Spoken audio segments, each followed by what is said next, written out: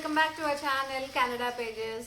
And నా ఛానల్లో నేను చాలా పిఎన్పి గురించి పిఎన్పి ప్రోగ్రామ్స్ గురించి, ఆల్బర్టా పిఎన్పి అండ్ ఆర్ఐఎన్పి ఇలాగా నేను చాలా ప్రోగ్రామ్స్ గురించి మాట్లాడాను. బట్ దెన్ నాకు బేసిక్గా వస్తున్న క్వశ్చన్స్ ఏంటంటే, ఆల్రెడీ ఎక్స్ప్రెస్ ఎంట్రీ త్రూ పిఆర్కి అప్లై చేస్తున్నారు, బట్ పిఎన్పిస్ త్రూ ఎందుకు రావాలని అడుగుతున్నారు. So what are the major difference between express entry and PNP programs, and disadvantages ఏంటి, అడ్వాంటేజెస్ ఏంటి, ఎలాగా మేము సెలెక్ట్ చేసుకోవాలి ఒక పిఎన్పి ప్రోగ్రామ్ని, ఆర్ మేము పిఆర్కి ఎక్స్ప్రెస్ ఎంట్రీ ద్వారానే వెళ్ళొచ్చా. సో వీటి గురించి ఒక బేసిక్ ఐడియా ఇవ్వమని నన్ను చాలామంది అడిగారు. సో ఈరోజు నేను ఈ వీడియోలో మీకు ఈ డిఫరెన్సెస్ అన్నీ కూడా నేను చెప్తాను. అండ్ మీలో ఎవరైనా నా ఛానల్ని ఫస్ట్ టైం చూసినట్టయితే, నా పేరు రాధా, ఇది నా ఛానల్ కెనడా పేజెస్. అండ్ ఈ ఛానల్లో మీరు కెనడా ఇమిగ్రేషన్కి సంబంధించిన వీడియోస్ అన్నీ చూడొచ్చు. సో ఒక కన్సల్టెన్సీ హెల్ప్ లేకుండా, ఒక ఏజెంట్ హెల్ప్ లేకుండా మీ అంతటి మీరే మొత్తం ఇమిగ్రేషన్ డాక్యుమెంట్స్ కానీ, ప్రోగ్రామ్ రిక్వైర్మెంట్స్ అన్నీ కూడా తెలుసుకుని మీరే అప్లై చేసుకోవడానికి హెల్ప్ చేయడానికి నేను ఈ ఛానల్ని స్టార్ట్ చేశాను. అండ్ హోప్ఫుల్లీ నా వీడియోస్ అన్నీ కూడా మీకు హెల్ప్ చేస్తున్నాయి అనుకుంటున్నాను. అండ్ మీరు నా ఛానల్కి ఇంకా సబ్స్క్రైబ్ చేయకపోతే వెంటనే సబ్స్క్రైబ్ చేయండి. అండ్ డీటెయిల్స్ మనం ఇప్పుడు మాట్లాడుకుందాం. సో కెనడా పిఆర్ రావడానికి ఈజీ వే ఏంటో మనం ఇప్పుడు చూద్దాం. మనం పిఆర్ అప్లై చేయడానికి మనకి 2 డిఫరెంట్ వేస్ ఉన్నాయండి. ఒకటేంటి express entry, and second through PNP. Express entry అనేది ఒక పాయింట్ బేస్డ్ సిస్టమ్. సో మీ అందరికీ తెలుసు. ఏజ్, ఇంకా మీ ఎక్స్పీరియన్స్, మీ job experience, qualification and IELTS score, so వీటన్నిటిని కూడా బేస్ చేసుకుని మీకు సిఆర్ఎస్ స్కోర్ ఎంత వస్తుందో దాని ప్రకారమే మీకు పిఆర్ వచ్చే ఛాన్సెస్ ఉంటాయి. అండ్ ఇప్పుడు ప్రొవిన్షియల్ నామినీ ప్రోగ్రామ్కి ఎందుకు వెళ్తారు జనాలు? సో ఫస్ట్లీ మనం చూస్తే మనకి ఎక్స్ప్రెస్ ఎంట్రీలో మ్యాక్సిమం సిఆర్ఎస్ స్కోర్ 1200 ఉంటుంది. ఈ 1200లో మనకి డ్రా తీసినప్పుడు స్కోర్ సిఆర్ఎస్ కట్ ఆఫ్ ఏదైతే ఉంటుందో, ఫర్ ఎగ్జాంపుల్ నేను 450 స్కోర్ కట్ ఆఫ్ అనుకుందాం మనం. సో 450 అండ్ అబవ్ ఉన్న వాళ్ళకి ఐటీఏ వచ్చే ఛాన్సెస్ ఉంటాయి. సో ఐటీఏ వస్తే కెనడా పిఆర్ వస్తుంది వాళ్ళకి. బట్ దెన్ 450 కన్నా తక్కువ ఉన్న వాళ్ళు ఏం చేస్తారు, నెక్స్ట్ డ్రా కోసం వెయిట్ చేస్తారు. మేబీ నెక్స్ట్ డ్రాలో 450 కన్నా తక్కువ కట్ ఆఫ్ వస్తుందేమో, సో అప్పుడు వాళ్ళు ఎలిజిబుల్ అవుతారేమో అని వెయిట్ చేస్తారు. బట్ దెన్ వెయిట్ చేయకుండా వాళ్ళు పిఎన్పి ప్రోగ్రామ్స్కి అప్లై చేయొచ్చని చాలా మందికి తెలియదు. సో సిఆర్ఎస్ స్కోర్ తక్కువ ఉన్నప్పుడు మనం పిఎన్పి ప్రోగ్రామ్ సెలెక్ట్ చేసుకోవాలి.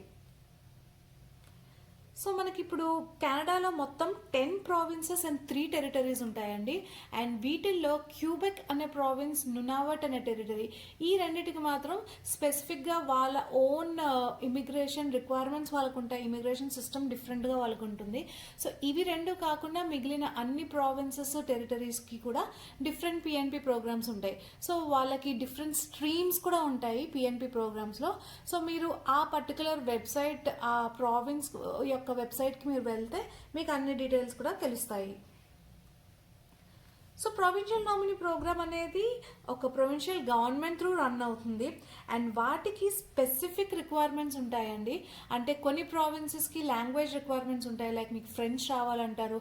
అండ్ కొన్ని ప్రావిన్సెస్కి వాళ్ళకి ఐఎల్టీఎస్ స్కోర్ తక్కువ ఉన్నా సరిపోతుంది అంటారు. అండ్ కొన్నిటికి ఎన్ఓసి కోడ్స్, ఈ స్పెసిఫిక్ ట్రేడ్లో ఎక్స్పీరియన్స్ ఉన్న వాళ్ళు మాకు కావాలంటారు. సో డిఫరెంట్ రిక్వైర్మెంట్స్ వాళ్ళకు ఉంటాయి. అండ్ అవి అన్నీ చెక్ చేసుకుని మనం అప్లై చేసుకోవాల్సి వస్తుంది.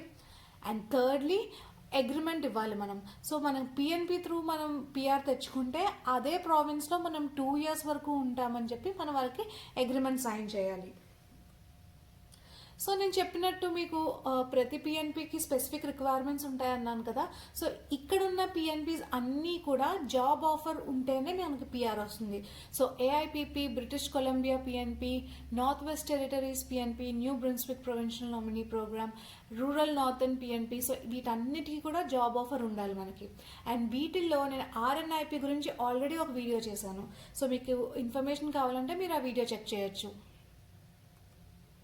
అండ్ ఈ ప్రావిన్సెస్కి జాబ్ ఆఫర్ అవసరం లేదు. సో మీరు జస్ట్ వాళ్ళ రిక్వైర్మెంట్స్ ఒకటి మ్యాచ్ అయితే సరిపోతుంది. ఈ జాబ్ ఆఫర్ లేకపోయినా సరే మీరు పిఆర్తో కెనడాకి రాగలుగుతారు. సో వీటిలో Alberta PNP, Manitoba PNP, Nova Scotia PNP, Ontario PNP, Prince Edward Island and Saskatchewan PNP, ఇన్ని డిఫరెంట్ పిఎన్పిస్ ఉన్నాయండి. అండ్ వీటిలో నేను ఫస్ట్ది ఆల్బర్టా పిఎన్పి గురించి ఆల్రెడీ ఒక వీడియో చేశాను. సో మీరు డీటెయిల్డ్గా మీకు ఇన్ఫర్మేషన్ కావాలంటే ఆ వీడియో చెక్ చేయొచ్చు. సో పిఎన్పికి 2 డిఫరెంట్ మెథడ్స్ ఉన్నాయండి మనం అప్లై చేయడానికి. ఒకటి express entry stream and second one non express entry stream. So express entry స్ట్రీమ్లో మనకి కంపల్సరీగా ఎక్స్ప్రెస్ ఎంట్రీ ప్రొఫైల్ క్రియేట్ చేసుకుని ఉండాలి. అండ్ నాన్ ఎక్స్ప్రెస్ ఎంట్రీ అనేది పేపర్ బేస్డ్ సిస్టమ్. సో ఇవి రెండు ఎలా వర్క్ అవుతాయి అనేది మనం చూద్దాం ఇప్పుడు. సో నాన్ ఎక్స్ప్రెస్ ఎంట్రీ మెథడ్లో ఫస్ట్ స్టెప్ ఏంటంటే check requirements from the provincial website. So నేను మీకు ఆల్రెడీ చెప్పినట్టు మీరు ఏ ప్రావిన్స్లో అయితే సెటిల్ అవుదాం అనుకుంటున్నారో ఫస్ట్లీ ఆ ప్రావిన్స్ అఫీషియల్ వెబ్సైట్కి వెళ్ళి వాళ్ళ రిక్వైర్మెంట్స్ని మీరు చెక్ చేయండి. సో మీకున్న ఎక్స్పీరియన్స్, మీకున్న క్వాలిఫికేషన్స్కి వాళ్ళ రిక్వైర్మెంట్స్ మ్యాచ్ అయితేనే మీరు ఆ ప్రావిన్స్కి పిఎన్పి అప్లై చేయండి. ఎందుకంటే మీకు ఒకవేళ మిస్ మ్యాచ్ ఉంటే దెన్ ఇనిషియల్గా వాళ్ళు చెక్ చేసి వాళ్ళు మీ ప్రొఫైల్ని రిజెక్ట్ చేస్తారు. సో మీకు పిఆర్ వచ్చే ఛాన్సెస్ తగ్గిపోతుంది. సో మీకు అన్నీ కూడా మ్యాచ్ అయ్యే ప్రావిన్సెస్ మీరు చెక్ చేసుకుని అప్లై చేసుకోండి. సో ఫస్ట్ రిక్వైర్మెంట్స్ చెక్ చేసిన తర్వాత సెకండ్ స్టెప్లో అప్లికేషన్ ఫామ్ అంతా ఫిల్ చేయాలి మీరు. సో ఆ డాక్యుమెంట్స్ని డౌన్లోడ్ చేసుకుని మీరు మొత్తం అప్లికేషన్ అంతా ఫిల్ చేసి ఆ పర్టికులర్ ప్రావిన్స్కి ఉన్న ఫీజ్ని ఆ వెబ్సైట్లో మెన్షన్ చేస్తారు. సో ఆ ఫీజ్ని మీరు పే చేసేసి వాళ్ళకి అప్లికేషన్ని పోస్ట్ చేయాలి. సో ఈ డీటెయిల్స్ అన్నీ కూడా స్టెప్ బై స్టెప్ వాళ్ళకి వెబ్సైట్లో మీకు క్లియర్గా ఉంటుంది. అవన్నీ మీరు చెక్ చేసుకోవచ్చు. అండ్ ఫైనలీ మీరు అప్లికేషన్ సబ్మిట్ చేసిన తర్వాత వాళ్ళు చెక్ చేసి అన్నీ ఓకే అనుకుంటే మిమ్మల్ని ఎక్స్ట్రా డాక్యుమెంట్స్ని వాళ్ళు రిక్వెస్ట్ చేస్తారు. అంటే లైక్ మెడికల్ టెస్ట్లు కానీ, పోలీస్ వెరిఫికేషన్ కానీ, ఇలాంటి డాక్యుమెంట్స్ అన్నీ కూడా వాళ్ళకి ఎక్స్ట్రాగా కావాల్సినవి మిమ్మల్ని అడుగుతారు. సో అవన్నీ కూడా మీరు ఒకసారి పంపించిన తర్వాత వాళ్ళు వ్యాలిడేట్ చేసుకుని చెక్ చేసుకుని మీ క్యాండిడేచర్ అంతా కూడా వాళ్ళ రిక్వైర్మెంట్స్కి మ్యాచ్ అవుతుందని అనిపిస్తే ఫైనలీ మీకు సిఓపిఆర్ ఇస్తారు. సిఓపిఆర్ అంటే confirmation of permanent residence. So ఇది complete process of non express entry system.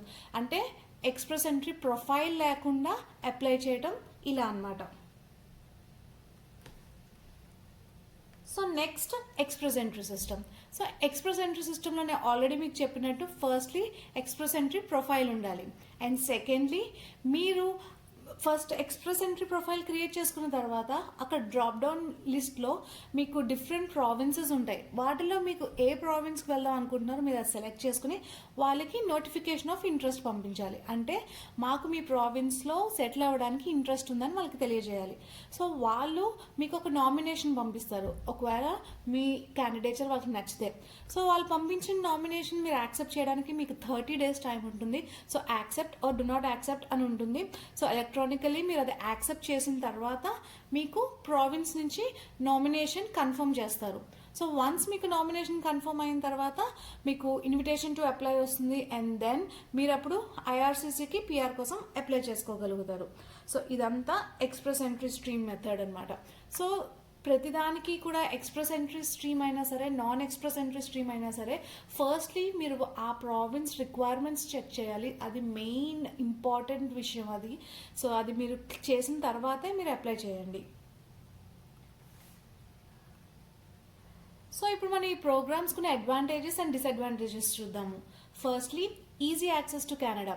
అంటే ఇప్పుడు ఆల్రెడీ మనకి ఎక్స్ప్రెస్ ఎంట్రీ త్రూ అప్లై చేసిన వాళ్ళకి హై సిఆర్ఎస్ స్కోర్ ఉంటుంది, హై ఐఎల్ స్కోర్ ఉంటుంది. మనకి బాగా ఎక్స్పీరియన్స్ ఉన్న వాళ్ళకే ఎక్స్ప్రెస్ ఎంట్రీ త్రూ పిఆర్ వస్తుంది. బట్ లో సిఆర్ఎస్ స్కోర్ ఉన్న వాళ్ళకి, కొంచెం తక్కువ ఎక్స్పీరియన్స్ ఉన్న వాళ్ళకి, అండ్ డిఫరెంట్ ఎన్ఓసి కోడ్స్ అంటే లైక్ ఎన్ఓసి ఓ, ఏ, బి, సి ఇవన్నీ కూడా పిఎన్పిలో కవర్ అవుతాయి. సో అందుకనే ఈ పిఎన్పీస్ ద్వారా వచ్చే వాళ్ళకి చాలా ఈజీగా కెనడా రాగలుగుతారు.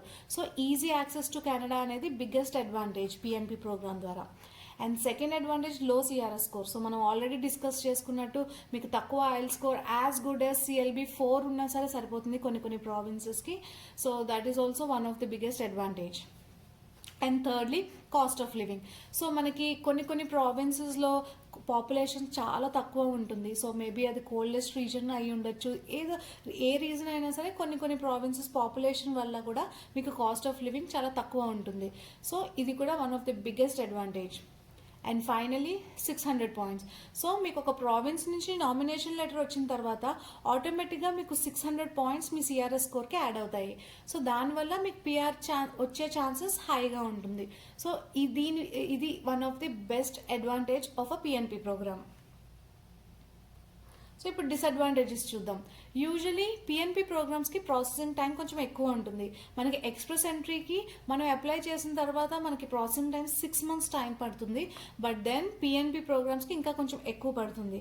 బట్ మనం చెప్పలేమండి, అదృష్టం బాగుంటే ఒకవేళ ఇన్ కేస్ మీకు ఆ పర్టికులర్ ప్రావిన్స్లో రిక్వైర్మెంట్ కనుక ఇమీడియట్ అర్జెంట్ రిక్వైర్మెంట్ ఉంటే అండ్ ఆల్సో మీ క్యాండిడేచర్ కనుక వాళ్ళ రిక్వైర్మెంట్కి మ్యాచ్ అయితే దెన్ వాళ్ళు ప్రాసెసింగ్ టైంని కూడా కొంచెం ఫాస్ట్గానే కంప్లీట్ చేసి మీకు పిఆర్ ఇచ్చే ఛాన్సెస్ ఉంటాయి. So it all depends upon the requirement and also depends upon the provinces. And second disadvantage agreement.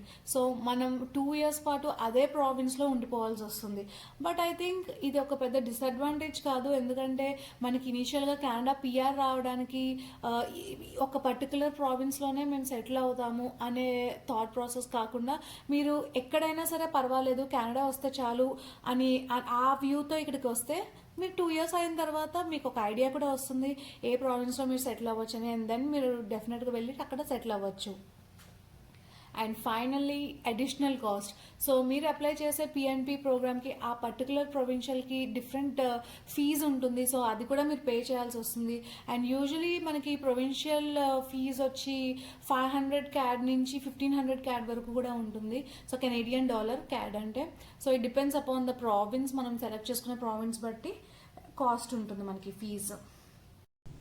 So ఈ వీడియో చూసిన తర్వాత పిఎన్పి ప్రోగ్రామ్స్కి ఎవరు అప్లై చేయాలి అండ్ దానివల్ల ఏం బెనిఫిట్స్ ఉన్నాయో మీకు క్లారిటీ వచ్చింది అనుకుంటున్నాను. అండ్ నేను ఇంకో కొత్త వీడియోలో మళ్ళీ మీ ముందుకు వస్తాను. అంతవరకు బాయ్.